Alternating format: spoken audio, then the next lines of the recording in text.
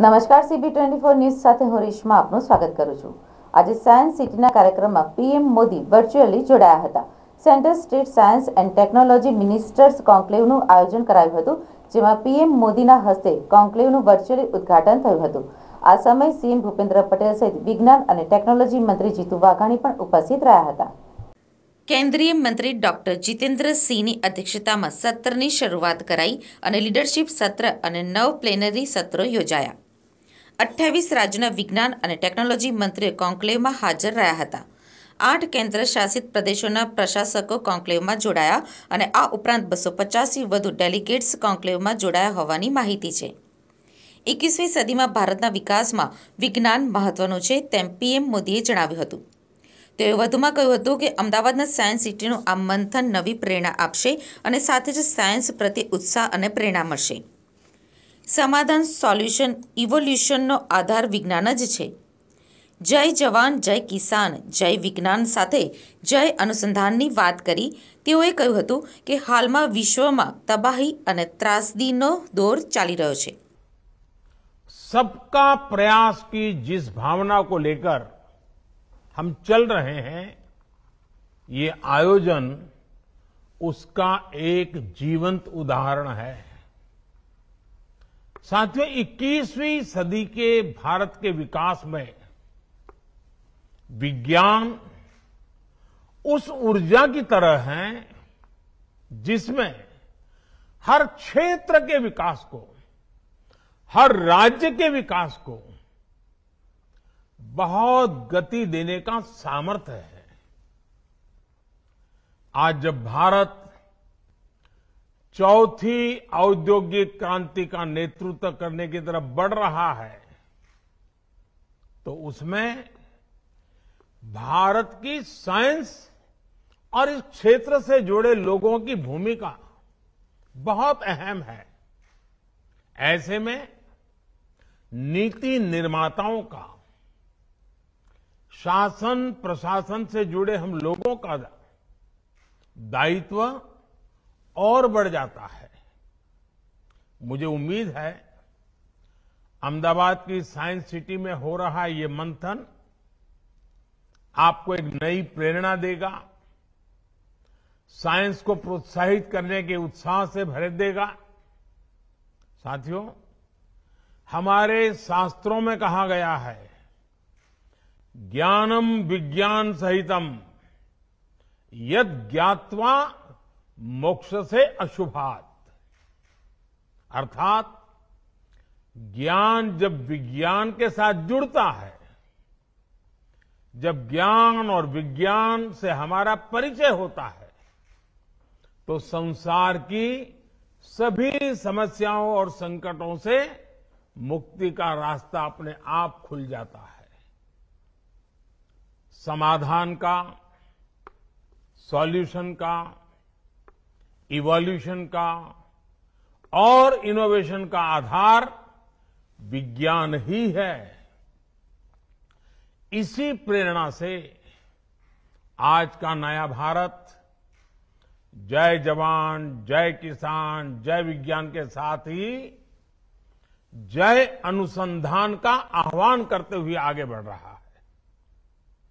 साथियों, बीते समय का एक अहम पक्ष है जिसकी ओर मैं आपका ध्यान दिलाना चाहता हूं।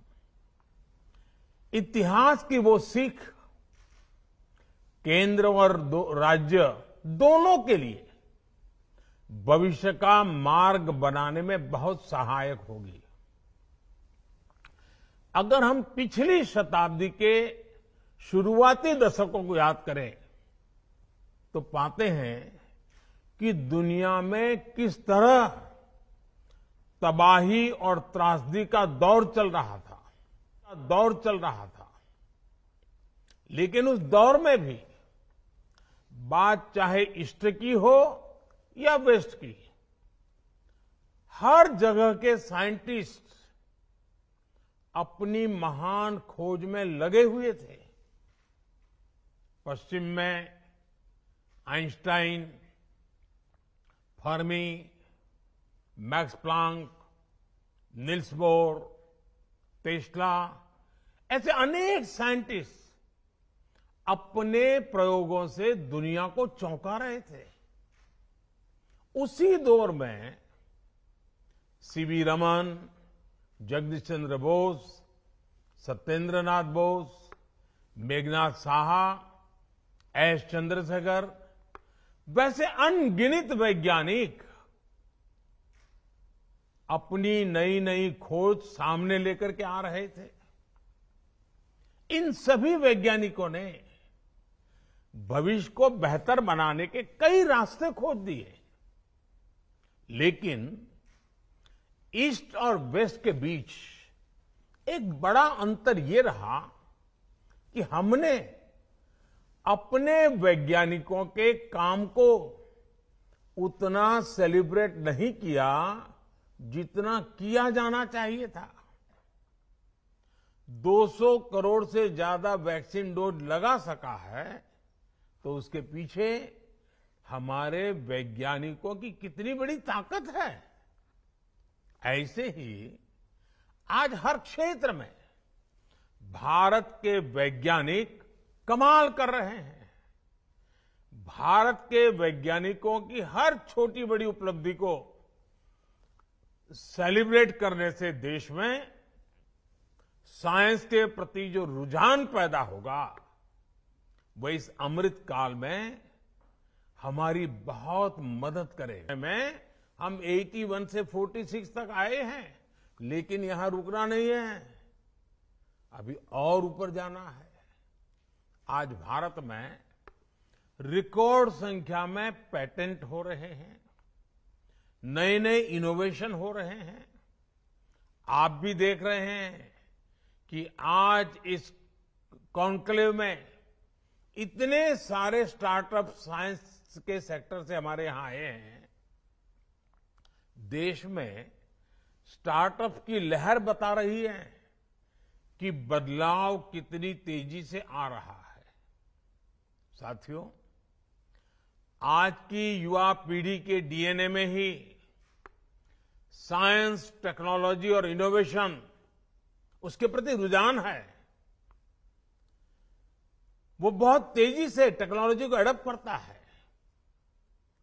हमें इस युवा पीढ़ी को पूरी शक्ति से सपोर्ट करना है।